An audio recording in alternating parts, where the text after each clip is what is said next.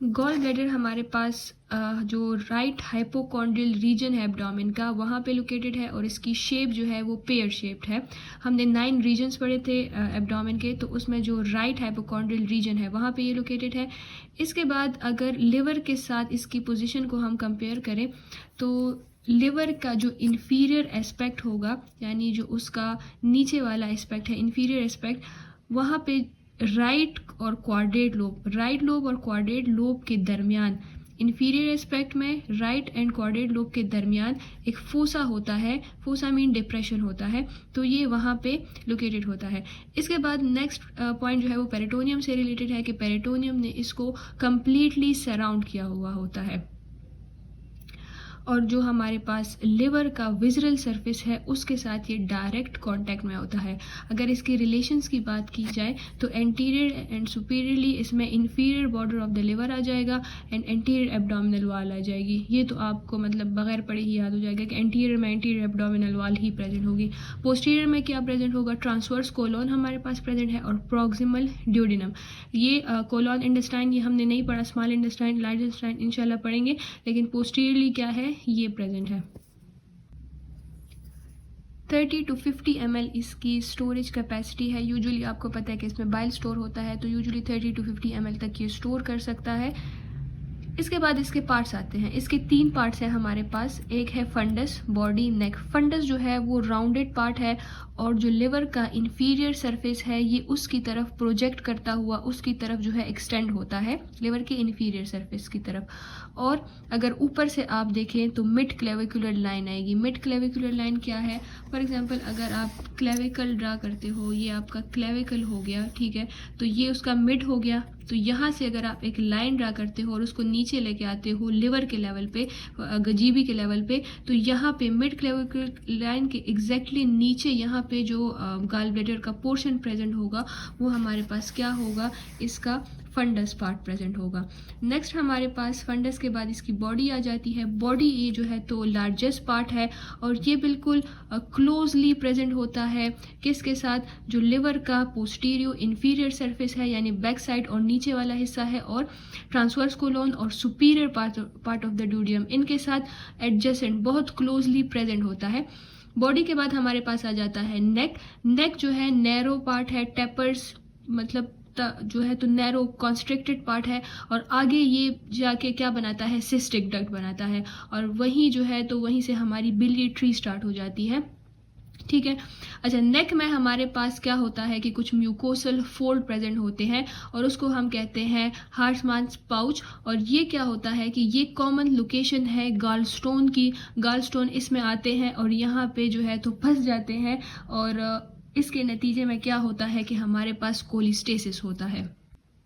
कोलिस्टेसिस हमारे पास क्या है, कोलिस्टेसिस एक ऐसी कंडीशन है जिसमें बाइल फ्लो जो है वो लिवर से रिड्यूस हो जाता है और ब्लॉक्ड हो जाता है।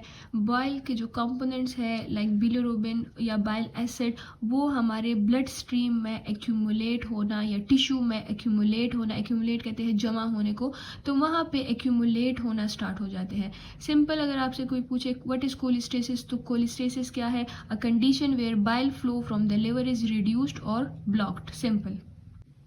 नेक्स्ट हम बात करते हैं ब्लड सप्लाई की। तो ब्लड सप्लाई में आपने आर्टरी में सिस्टिक आर्टरी याद रखना है, और सिस्टिक आर्टरी किस आर्टरी की ब्रांच है, राइट हेपेटिक आर्टरी की ब्रांच है। वीनस ड्रेनेज में आपने सिस्टिक वेन याद करना है, और सिस्टिक वेन ड्रेन कहाँ पे होता है, इनटू द फिर पोर्टल वेन। अच्छा, यहाँ पे एक और पॉइंट लिखा गया है कि venous drainage of the neck of the gall bladder, यानी गॉल ब्लैडर का जो नेक है वहाँ से जो डीऑक्सीजनेटेड ब्लड है वो सिस्टिक वेन के थ्रू क्या करता है कि डायरेक्टली पोर्टल वेन में जाता है, लेकिन जो डीऑक्सीजनेटेड ब्लड या वीनस ड्रेनेज फंडस और बॉडी की है वो क्या होता है कि लिवर के जो हेपेटिक साइनोसाइट्स है वहाँ पे जाता है, और वहाँ से फिर क्या होता है कि हमारे पास हेपेटिक वेन में जाता है, और हेपेटिक वेन से फिर आईवीसी में जाता है। ये वाला पॉइंट इतना इंपॉर्टेंट नहीं है, लेकिन सिर्फ आपने सिस्टिक आर्टरी और सिस्टिक वैन याद रखना है। और सिस्टिक आर्टरी कौन सी आर्टरी की ब्रांच है, सिस्टिक वैन कहाँ पे जाके आगे ब्लड जो है तो ड्रेन होता है, पोर्टल वैन में जाके इसका जो ब्लड है वो पोर होता है। तो ये चीज़ें आपने याद रखनी है। नेक्स्ट हमारे पास लिम्फेटिक्स आ जाता है। लिम्फेटिक्स में आपने पहले ये याद रखना है सिस्टिक लिम्फ नोड, जो कि गॉल ब्लैडर के नेक के अराउंड सिचुएटेड होते हैं, लोकेटेड होते हैं। यहाँ भी पहले जो है तो लिम्फ नोड, ये आपने एक नाम याद रखना है। इसके बाद क्या होता है कि लिम्फ हेपेटिक नोड्स में आएगा, और हेपेटिक नोड से फिर क्या होगा कि सीलियक लिम्फ नोड्स में एट द एंड जाएगा। ठीक है, तो ये 2-3 नाम, सिस्टिक लिम्फ नोड आपने याद रखना है, हेपेटिक नोड और सीलियक नोड्स। लिम्फ ड्रेनेज वगैरह इतना इंपॉर्टेंट नहीं है, लेकिन आप ये मेन पॉइंट इसमें याद कर लो। ठीक है, लास्ट वन हमारे पास इसका इनर्वेशन आ जाती है। इसकी नर्व सप्लाई कहाँ से है, तो नर्व सप्लाई में आपने सिंपैथेटिक और पैरासिम्पैथेटिक फाइबर्स याद रखने हैं, और ये कहाँ से निकले हैं, सीलियक प्लेक्सस से। इसके अलावा हमारे पास एक हार्मोन इसमें जो है तो रोल प्ले करता है जीबी की कॉन्ट्रैक्शन में। वो है, एक तो ये हो गया ना कि पैरासिम्पैथेटिक एंड सिंपैथेटिक फाइबर्स से के थ्रू जो है तो सिग्नल्स आते हैं। एक यहाँ पे हार्मोन का जिक्र किया गया है, कोलिसिस्टोकाइनिन। अब ये कोलिसिस्टोकाइनिन कौन सीक्रेट करता है, कौन इसको प्रोड्यूस करता है, आपका जो ड्यूडेनम है उसमें म्यूकस मेम्ब्रेन जो है उसकी, वो इसको जो है तो प्रोड्यूस करता है। और कब इसको प्रोड्यूस करता है, जब हमारे पास स्टमक में हमारे पास फैटी फूड आ जाता है, तो उसके नतीजे में क्या होता है कि ये हार्मोन रिलीज होता है, और उससे जो है तो इसको सिग्नल मिलता है, और ये क्या होता है कि कंट्रैक्शन स्टार्ट करता है। लिवर के जो सेल्स हैं वो बाइल को सिक्रीट करते हैं at a constant rate of 40 ml per hour, यानी 1 घंटे में आपका जो लिवर सेल्स है वो 40 ml तक का बाइल सिक्रीट करते हैं। और ये बाइल फिर क्या होता है कि बाइलरी ट्री के थ्रू आता है, कहाँ पे, जीबी में, वहाँ पे स्टोर होता है, और वहाँ पे कंसनट्रेटेड भी होता है। कंसनट्रेटेड कैसे होता है, जब उससे वाटर की या उस तरह जो है तो एब्जॉर्प्शन होगी, तो ये क्या होगा कि कंसनट्रेटेड हो जाता है, तो स्टोर होता है, और साथ में बाइल में कंसनट्रेटेड भी होता है। इसके बाद क्या होता है कि दोनों लोब्स जो आपके होते हैं लिवर के, ये फिर से थोड़ी सी वो बात कि लिवर से जीबी में कैसे आते हैं। तो हमारे पास 2 डक्ट्स होते हैं, राइट और लेफ्ट हेपेटिक डक्ट्स, एक राइट साइड से दूसरा लेफ्ट, और ये बीच में जो है ना ये आप कह लो कि माइनर, पहले इनमें कलेक्ट होते हैं इंटरलोबार डक्ट्स, और इस तरह कलेक्टिंग इनमें कलेक्ट होते हैं। यहाँ से फिर जो है तो ट्रेवल करता हुआ लेफ्ट और राइट हेपेटिक डक्ट में आ जाता है। उसके बाद क्या होता है कि ये दोनों डक्ट यूनाइट होके, कंबाइन होके हमारे पास क्या बनाता है,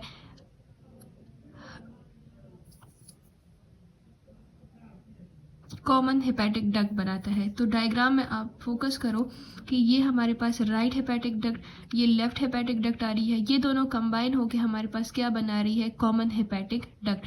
अब कॉमन हेपेटिक डक्ट जब नीचे आएगी तो इसके साथ जो सिस्टिक डक्ट है वो भी कंबाइन हो जाती है, और फिर हम इस डक्ट को कहते हैं कॉमन बाइल डक्ट, CBD। ठीक है, स्लाइड में पढ़ते हैं और साथ साथ जो है तो इसको डिस्कस भी करते हैं। तो इस स्लाइड में हमारे पास क्या कह रहे हैं कि जो कॉमन हेपेटिक डक्ट बनती है from the junction of right and left hepatic duct, और उसकी लेंथ कितनी होती है 1.5 इंचेस, अगर सेंटीमीटर में देखें तो 4 सेंटीमीटर लॉन्ग। ये जब डिसेंड होती है, नीचे आती है और सिस्टिक डक्ट के साथ मिल जाती है। सिस्टिक डक्ट की लेंथ कितनी है 1.5 इंचेस और 3.8 सेंटीमीटर। सिस्टिक डक्ट का फंक्शन क्या है कि ये अलाउ करती है बाइल को, ताकि वो जीबी के अंदर स्टोर भी हो, और अगर रिलीज होना हो तो फिर भी इसी सिस्टिक डक्ट से ही आएगी। तो क्या कह रहे हैं कि कॉमन हेपेटिक डक्ट जब नीचे आती है तो उसके साथ सिस्टिक डक्ट भी मिल जाती है, और जब ये दोनों कंबाइन होते हैं कॉमन हेपेटिक डक्ट और सिस्टिक डक्ट, तो हमारे पास एक और डक्ट बनती है जिसको हम कहते हैं common bile duct. Common bile duct की जो लेंथ है वो कितनी है 3 इंचेस है, अगर सेंटीमीटर में देखें तो 8 सेंटीमीटर है। इसके बाद क्या होता है, कॉमन बाइल डक्ट जब नीचे आती है और थोड़ी सी बैक साइड पोस्टीरियरली जाती है, तो फिर क्या होता है, first part of the duodenum के पीछे थोड़ी सी चली जाती है, and head side of the pancreas. फिर यहाँ पे क्या होता है, ये आपको पाथवे बताया कि यहाँ पे जो है CBD बन गया, कॉमन बाइल डक्ट बन गया। जब वो नीचे आ रही है थोड़ी सी बैक साइड पे पोस्टीरियरली जा रही है, तो फिर क्या होता है कि जो पेंक्रियाज से जो डक्ट आ रही होती है, जिसको हम मेन पेंक्रियाटिक डक्ट कह रहे हैं, उसके साथ मिल जाती है और उसके साथ कंबाइन होके हमारे पास क्या बनाता है, हेपेटो पेंक्रियाटिक एम्प्यूला। और इसको जो है तो एम्प्यूला ऑफ वेटर भी कहते हैं। एम्प्यूला ऑफ वेटर और कुछ नहीं है, सिर्फ एक जंक्शन, यानी जहाँ पे ये डक्ट्स कंबाइन हो रही है ना, वहाँ पे जो जंक्शन है, यानी जो यूनियन जिस पॉइंट पे हो रहा है, वो पॉइंट थोड़ा सा डायलेटेड होता है और उसी पॉइंट को हम कहते हैं एम्प्यूला ऑफ वेटर। फिर ये क्या होता है कि ये ड्यूडेनम में जाके जो है तो एम्प्टी होगा और जहाँ पे होगा वहाँ पे क्या प्रेजेंट होता है, major duodenal papilla. The papilla is regulated by a muscular wall, जिसको हम स्फिंक्टर ऑफ ओडी भी कहते हैं। जो मेजर ड्यूडेनल पेपिला है ये और कुछ भी नहीं है, सिर्फ एक ओपनिंग है। और ये ओपनिंग कहाँ पे प्रेजेंट है, ड्यूडेनम में प्रेजेंट है, इसलिए इसको नाम दिया है मेजर ड्यूडेनल पेपिला। एक हमारे पास माइनर पेपिला भी होता है, फिर अभी उसकी डिटेल में नहीं जाते। मेजर ड्यूडेनल पेपिला जो है एक ओपनिंग है, ठीक है। अच्छा, इस ओपनिंग को सराउंड किया हुआ है किसने, स्फिंक्टर ऑफ ओडी ने। और जैसा हमने पीछे स्टमक में डिफरेंट काइंड ऑफ स्फिंक्टर पढ़े थे, स्फिंक्टर का काम क्या होता है, ये ऐसा वाल्व फंक्शन करता है। जिस तरह वाल्व का फंक्शन क्या होता है कि यूनिडायरेक्शनल फ्लो को असिस्ट करता है, उसी तरह ये स्फिंक्टर क्या करता है कि कंट्रोल करता है, जो ऊपर से बाइल आ रहा है उसको कंट्रोल करता है, कि जो डाइजेस्टिव जूसेस है उसकी फ्लो को कंट्रोल करता है, ठीक है। अच्छा, ये जो डायग्राम है ये बहुत इंपॉर्टेंट है, एक बार आप इसको दोबारा सुन लो। यहाँ से राइट हेपेटिक डक्ट आ रहा है, यहाँ से लेफ्ट हेपेटिक डक्ट आ रहा है, दोनों कंबाइन होके हमें कॉमन हेपेटिक डक्ट दे रहा है। जब ये कॉमन हेपेटिक डक्ट नीचे आ रहा है, यहाँ से जीबी की जो डक्ट सिस्टिक डक्ट है वो भी इसके साथ कंबाइन हो रही है। जब सिस्टिक डक्ट और कॉमन हेपेटिक डक्ट दोनों कंबाइन हो गए, यूनाइट हो गए, तो ये हमें क्या देती है, CBD, कॉमन बाइल डक्ट। जब कॉमन बाइल डक्ट फिर नीचे आता है तो यहाँ पे चूंकि पेंक्रियाज प्रेजेंट होगा, पेंक्रियाज की जो डक्ट है पेंक्रियाटिक डक्ट, वो इसके साथ क्या हो जाएगी, CBD के साथ कंबाइन हो जाएगी। और इस जंक्शन जहाँ पे कंबाइन हो रहा है ये थोड़ा सा डायलेटेड होता है, थोड़ा सा आप कह लो कि फैला हुआ होता है। इस पॉइंट को हम कहते हैं हेपेटो पेंक्रियाटिक एम्प्यूल या एम्प्यूला ऑफ वेटर। और फिर ये आगे जाके ड्यूडेनम, यानी जो आपका इंटेस्टाइन है, स्मॉल इंटेस्टाइन, उसका डिफरेंट पार्ट्स है, ठीक है, ड्यूडेनम, जुजिनम, इलियम, जो कि इंशाल्लाह हम पढ़ेंगे। तो ये ड्यूडेनम में ओपन होता है और जिस पॉइंट पे ओपन होता है उसको हम कहते हैं मेजर ड्यूडेनल पेपिला। और उस पेपिला को सराउंड किया होता है किसने, एक स्फिंक्टर ने। उस स्फिंक्टर को हम कहते हैं स्फिंक्टर ऑफ ओडी।